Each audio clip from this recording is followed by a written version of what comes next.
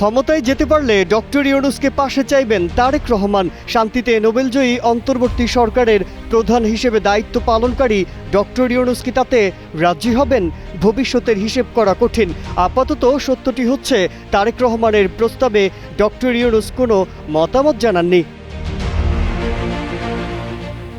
বিএনপিকে জনগণ যদি ভোট দিয়ে রাষ্ট্র ক্ষমতায় আনে, তাহলে অবশ্যই দেশের জন্য ডক্টর ইউনূসকে কাজে লাগানো হবে, এমনটি জানিয়েছেন বিএনপির ভারপ্রাপ্ত চেয়ারম্যান তারেক রহমান।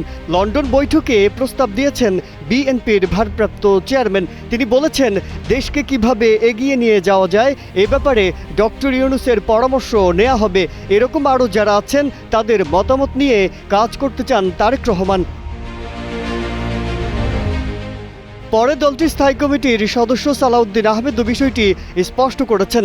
আগামীতেও ডক্টর মোহাম্মদ ইউনূসের সহযোগিতা চাই, যা ওনাকে জানানো হয়েছে।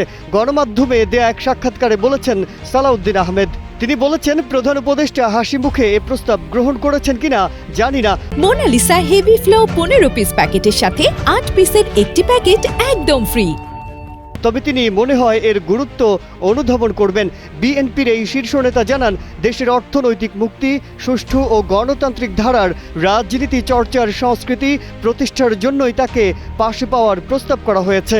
সঙ্গে তিনি যোগ করেন, জনগণ বিএনপিকে রাষ্ট্র পরিচালনায় দায়িত্ব দিলেই এটি সম্ভব।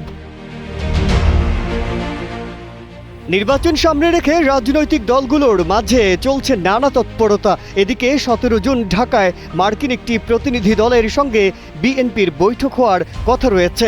এছাড়া 24 অথবা 25 জুন চীন সফরে যাচ্ছেন বিএনপির একটি প্রতিনিধি দল।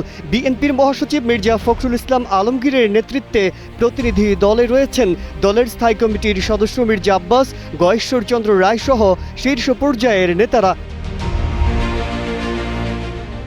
চীনা সরকার সহ কমিউনিস্ট পার্টির মধ্যে সম্পর্ক উন্নয়নে জোর দিতে এই সফর, এমনটি বলছে বিএনপি।